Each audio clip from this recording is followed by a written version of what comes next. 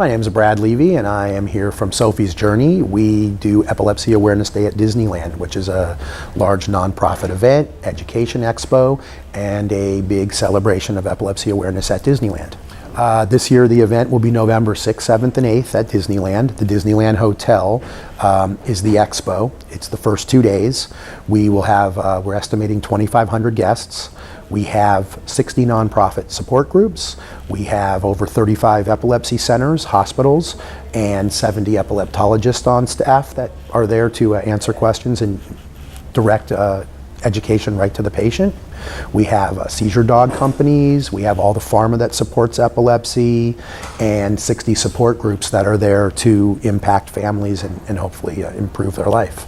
So the first 2 days is all a mingling session where we try to put patients with the doctors to get them the answers that they may not be able to get at home.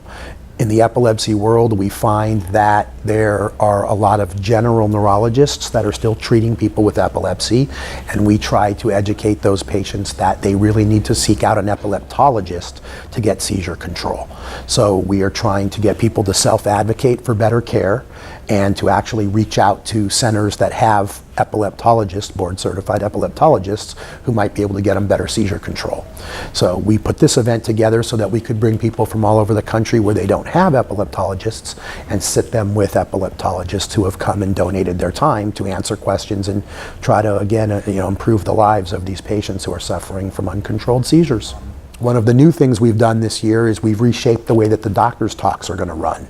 We no longer have doctors standing on a podium talking about their qualifications and how solid their program is. It's not really a salesmanship expo, it's an education and advocacy expo. So we've reshaped the way the doctors' talks work. We've brought all of the physicians out onto the expo floor, and we have opened forum question and answers directed towards that doctor's specialty. So the doctor has 5 to 10 minutes to give his introduction and talk about his research programs and his specialty, and then patients will have been waiting to ask that specific doctor questions on that specialty.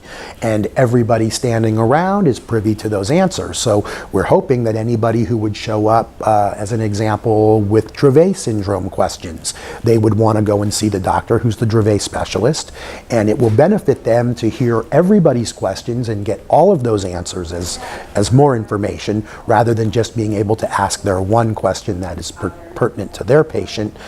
They're going to hear everybody's questions and answers.